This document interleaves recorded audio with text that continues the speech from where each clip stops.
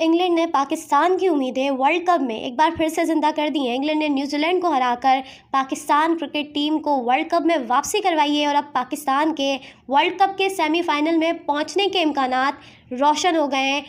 भारतीय मीडिया का रिएक्शन इस पर देखते हैं। बड़ी खबर यह है कि इंग्लैंड मैच जीत गया है, इंग्लैंड ने टॉप किया है। न्यूजीलैंड चोक कर गया है क्योंकि 43 रन थे यार, 43 रन। किसने सोचा था? इन 3 ओवर उन्होंने बना दिए, रेहान अहमद ने और विल जैक्स। तीसरी बड़ी खबर, पाकिस्तान अभी जिंदा है। एक दिन की मोहलत और मिल गई। पाकिस्तान जिंदा है और अब पाकिस्तान के हाथ में है। अभी सीधी सी बात, दम है तो पास कर। New Zealand will have a sleepless night. New Zealand का ये मैच जीता हुआ था, वो हार गए, लेकिन पाकिस्तान को एक दिन एक मैच मिल गया है। अब मैं जैसे ही पूरी कैलकुलेशन आती है आपको बताते हैं। शायद 60 से लेके 70 रन के दरमियान उनको कल श्रीलंका को हराना होगा। एग्जैक्ट जो आता है मैं आपको बताता हूं। लेकिन खुशी जी, आपने कहा था आज खुशी आज ये कह रही थी कि पाकिस्तान को बने रहना चाहिए, ये चाहती है कि पाकिस्तान जाए, और आज इन्होंने कहा था न्यूजीलैंड को हारना है, न्यूजीलैंड हार गया। नहीं, मैं पाकिस्तान में आपके जो फैंस आज कितने खुश होंगे आपकी बात से, नहीं, आपकी प्रेडिक्शन से। मैं ये चाहती थी कि पाकिस्तान उस सिचुएशन में आए जहां पर उनके हाथ में हो और फिर वो सेमीफाइनल गवा दे, जो कि कल देखने को मिलेगा। कल होगा, आपको दिखेगा कि कल शायद पाकिस्तान उतने मार्जिन से नहीं जीत पाएगा जितने मार्जिन की उन्हें जरूरत होगी। आज जरूर उनकी दुआएं काम करी, उन्होंने जो चाहा वो मिला। भाई विल जैक्स, बार बार ये बात थी कि इंग्लैंड के पास एक प्लेयर विल जैक्स जो कि अपनी पोजीशन के बिना उस पोजीशन पर आकर जिस तरह परफॉर्म कर रहा है, आज रेहान अहमद उनको आप लाए, बैटिंग भी वो कर लेते, आज उन्होंने जबरदस्त फिनिश दे दिया। न्यूजीलैंड, भाई ग्लेन फिलिप्स का वो 22 रन का ओवर था जो कि 18वां, वहां से ये मैच बदला है। रचिन रविंद्र ने इनफैक्ट इतना जबरदस्त, मैं कहूंगी 15 और 17वां ओवर डाला था जहां पर 4 रन दिए, 3 रन दिए और एक विकेट भी ली थी। लेकिन अपडेट कर दीजिएगा, 18वां ओवर जो 22 रन का आया और फिर अगला ओवर 19वां 16 रन का मिचेल सैंटनर का, फिर वो खुल गए थे, कह रहे यार अब तो ये मैच हमने छोड़ना नहीं है। लेकिन राहुल सर, पाकिस्तान जो हम कह रहे हैं एक दिन की मोहलत मिल गई है। अब जो है ना रस्सी उनके पास, शायद साउथ अफ्रीका वेस्ट इंडीज, हम भी चाह रहे थे कि साउथ अफ्रीका जीते, वो हुआ, और फिर इंडिया के पास रस्सी थी कि आप जिम्बाब्वे को हराओ, वेस्ट इंडीज को हराओ, आप थ्रू हो।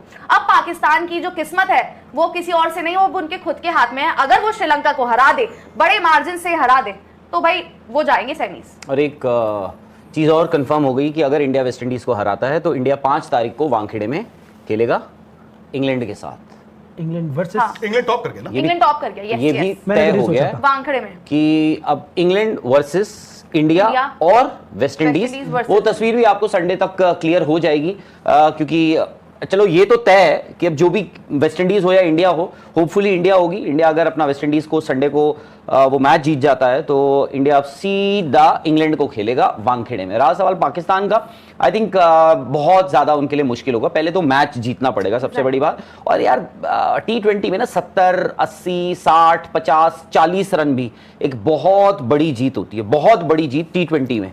मतलब कल इंडिया ने एक बड़ी जीत दर्ज करी थी, उससे पहले वेस्ट इंडीज ने 107 रन से जिम्बाब्वे को हराया था। इवन जो इंडिया साउथ अफ्रीका से मैच हारी थी 76 रन से, वो भी एक बहुत बड़ी जीत थी। आप ये सोचिए कि आप देखो सामने वाली टीम ने 187 रन बनाए, उसके बाद इंडिया ने जो है इंडिया 76 रन से वो मैच हार गया था। इंडिया ने जस्ट बेयरली 111, मेरे ख्याल से 111 या 111 ही रन बनाए थे इंडिया ने उस मैच में भी। तो आप लगा लो कि मतलब कितना वन साइडेड अफेयर होगा अगर पाकिस्तान क्वालिफाई वाकई में कर जाए।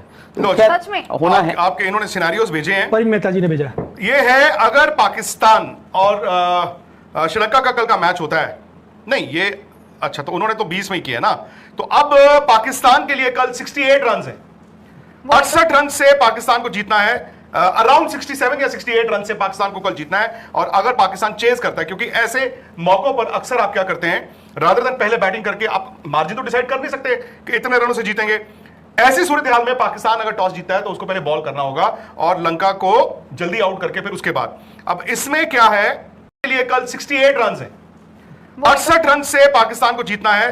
अराउंड 67 या 68 रन से पाकिस्तान को कल जीतना है। और अगर पाकिस्तान चेज करता है, क्योंकि ऐसे मौकों पर अक्सर आप क्या करते हैं, रादर देन पहले बैटिंग करके आप मार्जिन तो डिसाइड कर नहीं सकते कि इतने रनों से जीतेंगे।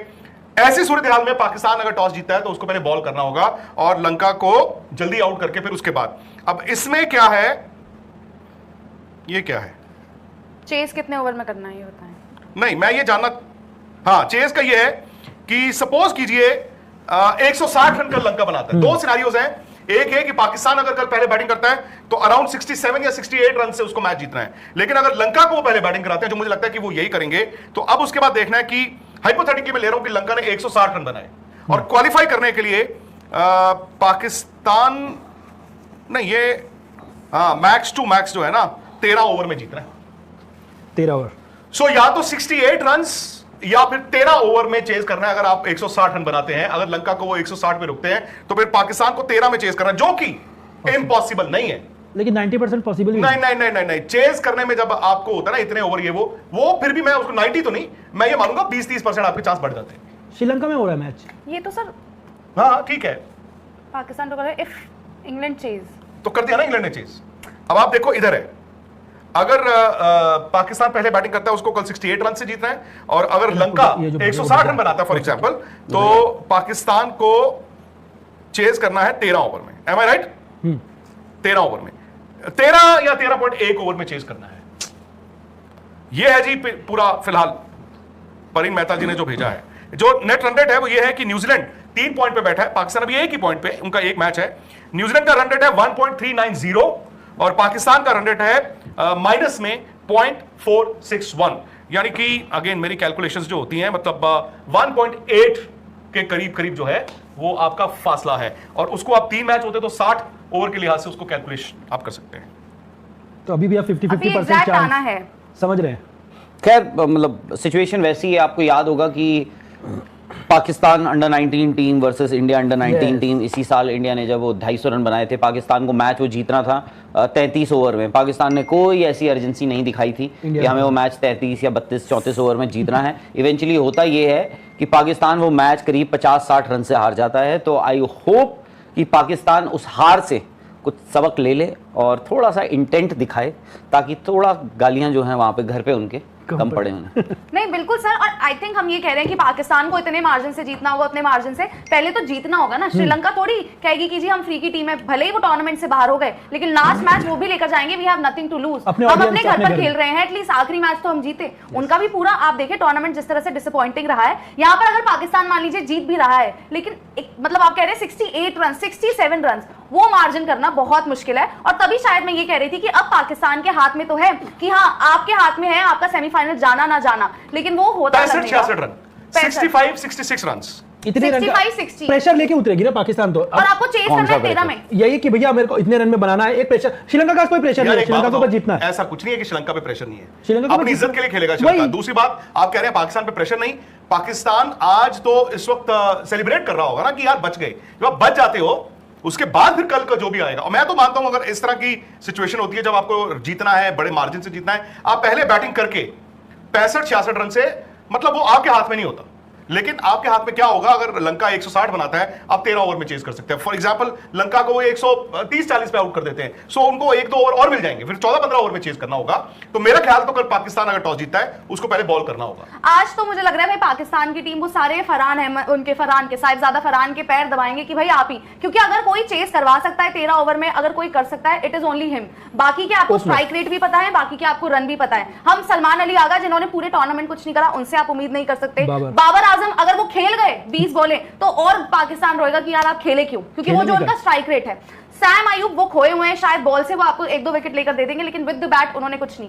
साहिबजादा फरहान जरूर ये है कि इस टूर्नामेंट उन्होंने रन्स बनाए हैं, और बनाते हैं तो वो थोड़ा स्ट्राइक रेट देखकर ही बनाते हैं। वो और एक फकर जमान बड़ा प्लेयर, भाई उनका नहीं पता वो कब जाग जाए क्या कर जाए। तो पाकिस्तान के लिए यही है कि ये 2 प्लेयर्स अगर कुछ कर दे तो कर दे, वरना चांसेस बहुत, मतलब राहुल सर आप कितना चांस देंगे? नहीं, अगर पाकिस्तान वाकई में जो आप बोल रहे हो कि भाई उनको 13 ओवर में अगर ये सब है, तो फिर तो उनको ये मैच ऐसा देखना पड़ेगा ना कि it's a rain affected match.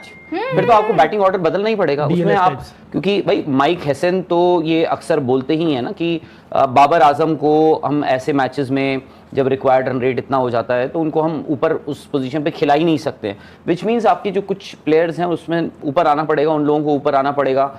तो भाई अगर आप वाकई में 13 ओवर का सोच रहे हो कि 13 या 14-15 ओवर में हमें मैच खत्म करना है, और ठीक है पहले आपको उसमें श्रीलंका को आउट करना पड़ेगा या रोकना पड़ेगा 150 तक, विच इज़ पॉसिबल।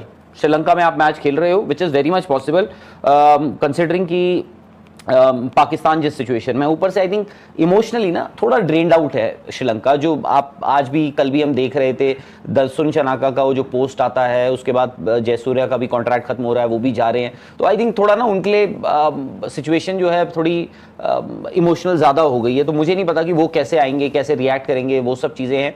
बाकी पाकिस्तान के लिए एटलीस्ट ये है, there is something to look forward to. Sri Lanka के लिए एक जीत है कि भाई जयसूर्या की विदाई कर दे हम अच्छे से एक जीत के साथ, बट पाकिस्तान के लिए जो सिचुएशन है आई थिंक थोड़ी सी ना इम्प्रॉबेबल सी सिचुएशन है। मैं ये नहीं कहूँगा कि इम्पॉसिबल है भाई। 150, आपको याद होगा एक सिचुएशन 2023 वर्ल्ड कप में थी, वो जो उन्होंने न्यूजीलैंड के खिलाफ खेला था, तो तब फखर जमान ने उनका क्या बैटिंग करी थी यार उसने उस दिन।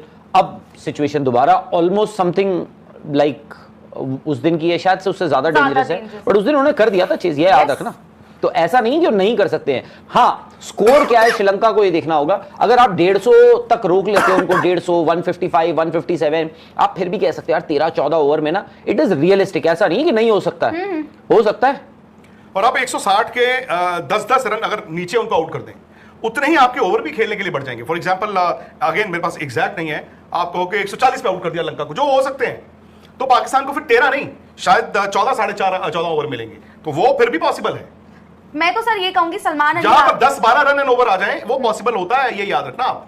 वो उसमें आप आउट भी हो सकते हो, बट पाकिस्तान, मैं ये नहीं कहूंगा नथिंग टू लूज। अगेन यार, इंडिया पाकिस्तान हम ना बहुत दबाव में खेलते हैं, नथिंग टू लूज वाली बात नहीं होती, बट फ्रॉम अ सिचुएशन जहां पर वो थे, अभी तक पाकिस्तान इस सुपर 8 में एक भी मैच नहीं जीता है। और हम ये कह रहे हैं कि हो सकता है वो कल लंका को इस मार्जिन से 65 रन के मार्जिन से या फिर 13 ओवर के करीब करीब चेज कर दे, तो क्वालिफाई कर जाएगा semifinal. Why not? They have to go for it, they have to go for it. भाई इंडिया भी तो फंसा ही हुआ है ना। तो आप देखिए, कल शनिवार रात पाकिस्तान, परसों संडे रात इंडिया। दो टीमें जहां पर सबसे ज्यादा क्रिकेट देखी जाती है, दो टीमें जिन दोनों के बीच इतना विवाद होता है, इतना मुल्क में फैंस को लेके, ट्विटर पे लेके एक दूसरे को तू भी नीचे आ जा, तू भी नीचे आ जा। पता नहीं कौन जाएगा, पता नहीं दोनों में से कोई जाएगा भी कि नहीं जाएगा, पता नहीं, क्या पता दोनों ही चले जाए, ये भी हो सकता है। फिर आप अहमदाबाद नहीं हो सकता है। और फिर मुझे ये भी लगता है ना कि भाई पाकिस्तान अभी तक जो नहीं हुआ है, they have to put their best foot forward. उसमें ये भी बात है कि भाई सलमान अली आगा कैप्टनसी, अगर आपको श्रीलंका को 140-130 में आउट करना है, आपको बेस्ट अपनी कैप्टनसी, बॉलिंग रोटेशन जो अब तक आप दिक्कत है आपकी, उस्मान तारिक जिनको आप छुपा कर रखते हो, 8वें 9वें ओवर में लेकर आते हो, आपको जाना पड़ेगा ऑल इन। तो ये थी आज की वीडियो। अगर आप भारतीय मीडिया का रिएक्शन देखना और सुनना पसंद करते हैं तो ज़ेड क्रिकेट को सब्सक्राइब करें, बेल आइकन पे क्लिक कर लें ताकि जैसे ही कोई नई वीडियो आए आपके पास फौरन से नोटिफिकेशन आ सके। इसके अलावा आप हमें फेसबुक और टिकटॉक पर भी फॉलो कर सकते हैं, लिंक आपको डिस्क्रिप्शन में मिल जाएगा। इंशाल्लाह अगली वीडियो में मुलाकात होगी, तब तक के लिए अल्लाह हाफ़िज़।